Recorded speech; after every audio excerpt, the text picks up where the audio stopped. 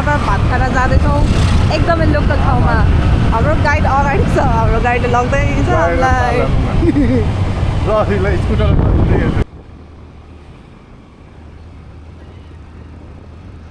Hi guys, so it was our second day at Pokhara. हामी चाहिँ दिउँसो लन्चको लागि पामे जाँदै थियौँ हाम्रो साथीले चाहिँ त्यहाँ एउटा लोकल ठाउँ छ एकदम खतरा माछा र भात पाउँछ भन्ने थियो होइन अनि हामी त्यहाँ गएको थियौँ खाना खानलाई अनि बाटोमा जाँदाखेरि चाहिँ यस्तो राम्रो लेक भ्यूहरू देख्दो रहेछ है म त फर्स्ट टाइम पामे गएको पोखरा त मल्टिपल टाइम गएको छ तर यो साइड चाहिँ कहिले नि गएको थिएन र योपालि चाहिँ यो साइड पनि एक्सप्लोर गर्न पायो सो यो चाहिँ हामी खाना खाने ठाउँ थियो भात खाने भात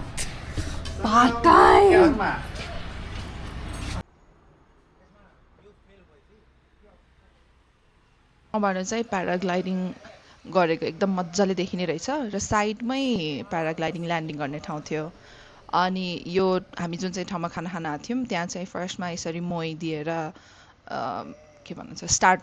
गर्नुहुँदो रहेछ खाना खान दिनु अगाडि चाहिँ यो एक ग्लास मोही दिनुभएको थियो अनि यो चाहिँ त्यहाँको खाना भयो यो माछा भात मलाई अझै पनि यस्तो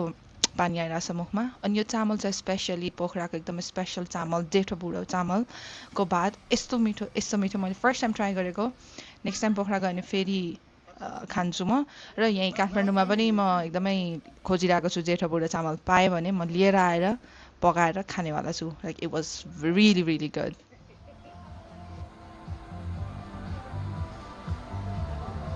दिउँसो खानासाना खाइसकेपछि अब कहाँ जाने भन्दाखेरि चाहिँ एकजना साथीले हामीलाई क्रेजी गेक्को भन्ने ठाउँ रेकमेन्ड गरेको थियो त्यसैले हामी त्यहाँ गयौँ त्यहाँबाट चाहिँ लेक त यस्तो नजिक हुने रहेछ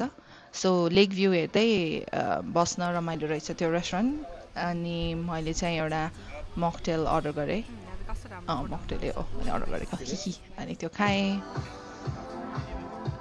अभियसली त्यहाँ फोटो पनि एकदमै राम्रो आउँथ्यो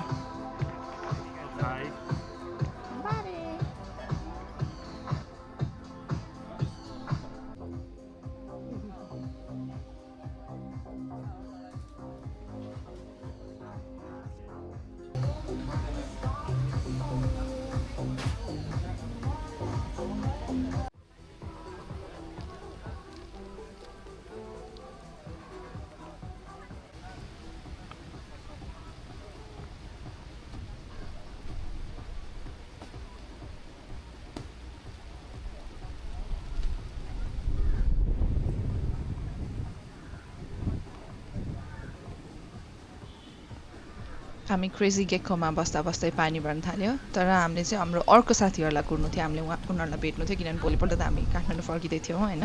त्यसैले that was the only day हामीले उनीहरूलाई भेट्न पाउने सो त्यहीँ कुरेर बस्यौँ होइन त्यहाँ बस्दा बस्दै पानी यस्तो पऱ्यो न उनीहरू त्यो रेस्टुरेन्टमा आउन सकेन हामी नै बाहिर जान सक्यौँ सो पानी पर्नुन्जेल चाहिँ हामी यहीँ बस्यौँ अनि मजाले म्युजिक इन्जोय गर्दै र भ्यू पनि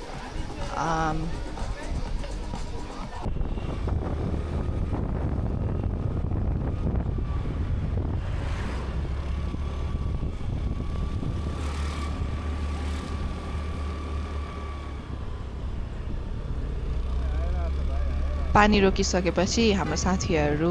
क्रेजी गेकको अगाडि नै आयो त्यसपछि हामी सारङकोटतिर गयौँ त्यहाँ चाहिँ नयाँ गणेश मन्दिर छ भनेर भनेको थियो साथीहरूले सो त्यही हेर्नलाई प्लस भ्यू पनि राम्रो देख्छ सारङकोटबाट अनि भर्खर पानी परेको थियो सो माउन्टेन भ्यू क्लियरली देखिने भएको भएर हामी चाहिँ गयौँ र बाटोमा जाँदाखेरि लेक भ्यू खतरा देखिरहेको थियो युजुअली यहाँ सारङकोट जाने बाटोबाट चाहिँ माउन्टेन रेन्ज एकदम राम्रो देख्छ तर सायद मर्निङमा जाँदाखेरि चाहिँ अझ बेटर नै देख्छ यो चाहिँ भ्यू थियो हामी त्यहाँबाट सारङकोट पुगेपछि चाहिँ भन्ज्याङ भन्ने रेस्टुरेन्ट गयौँ त्यहाँबाट चाहिँ यो यस्तो राम्रो भ्यू देखिँदो रहेछ र त्यहीँबाट यो स्टेयर्स छ यहाँ यो स्टेयर्सबाट गयो भने गणेश मन्दिर पनि पुग्ने रहेछ जुन चाहिँ त्यहाँ नयाँ बनेको भनेर भन्दै थियो है कति 10 देखि कति भन्दा बढी हुन 10 देखि 15 होला 5 मुखे गणेश यो चाहिँ गणेश मन्दिर भइहाल्यो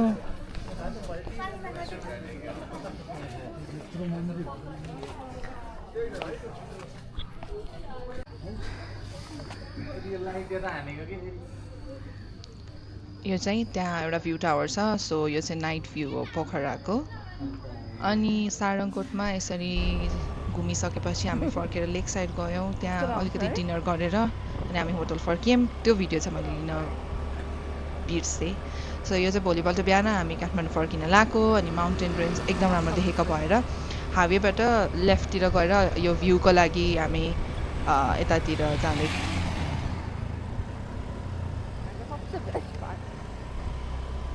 अनि यहाँसम्म गएर फोटोसोटो खिचेर अलिअलि भिडियो लिएर हामी फेरि ब्याक टु हाइवे। अनि यो हिमालयन रेन्ज चाहिँ जति बेलासम्म आँखाले भ्यायो म चाहिँ हेर्दै थिएँ फर्की बिकज यस्तो राम्रो छ यो, हेर्न छोड्नै मन लाग्दैन क्या। अनि जुन बाटो आएको थियौँ पोखरा, त्यही बाटो हुँदै हामी काठमाडौँतिर फर्कियौँ। यो चाहिँ त्यहाँको हाइवे हो, एकदमै राम्रो छ यो हाइवे चाहिँ, खतरा छ खतरा।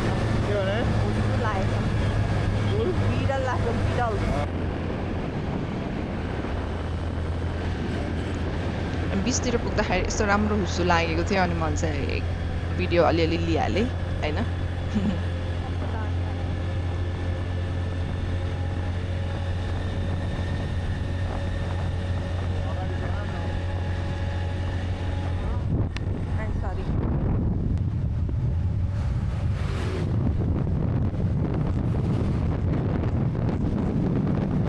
त्यसपछि हामी बिस्तारै